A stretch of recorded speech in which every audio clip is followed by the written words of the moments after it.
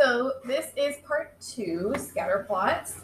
A team of doctors is studying the effects of exercise. The scatterplot shows the average resting heart rate of people who exercise an hour per day. Which statement is best supported with the scatterplot? So the days the person exercises for an hour, can't talk today. The days a person exercises for an hour is our independent because it's on our X. So this is independent. And then the resting heart rate is going to be our dependent because it is on the Y.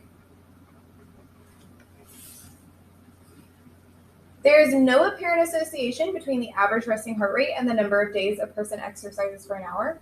Well, they kind of look associated. They're going down together. They're moving together. The dots are not all over the place. So I would say there is an association. We just have to determine what it is.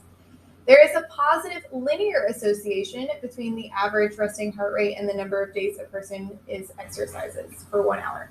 Well, I would say there is a linear because I can form a line through it. But as I move from left to right, the line is going down. So it is not positive. There is a nonlinear association between the average resting heart rate and the number of days a person exercises for 1 hour. Well, we just talked about, I can kind of put a line through it. So there is a linear. So for us to say there's a nonlinear doesn't make sense. So hopefully D makes sense.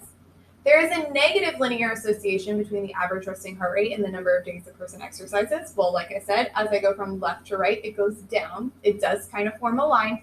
So it is negative and linear. Remember, to be positive and negative, it has to be a linear association. You can't be positive or negative if you are not linear. Number 2, the table shows the number of customers that visit a donut shop on various days and the profit made on each of those days. Make a scatter plot of the data and describe the association of the scatter plot. Okay, we've already outlined a basic scatter plot for you here. Customers is on your X, profit is on your Y. If I didn't tell you that, the top row of the table is always X, bottom row is always Y. So when we have number of customers is 10, our profit was $22. So I'm going to go to 10 up to 20 and put a dot between 20 and 25. Then we have 8 is 10.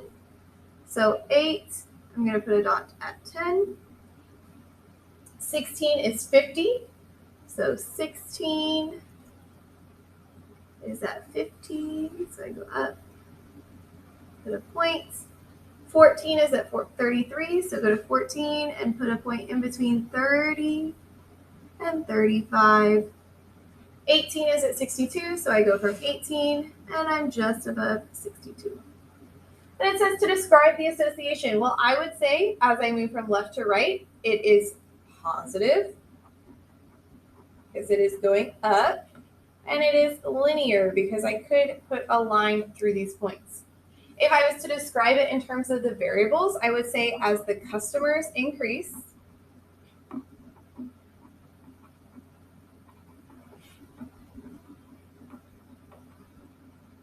so does the profit, or the profit also increases. So does the profit.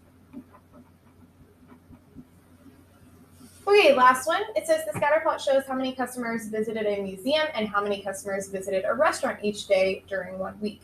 Is there a linear association between the customers and the museum customers and restaurant? Explain your reasoning.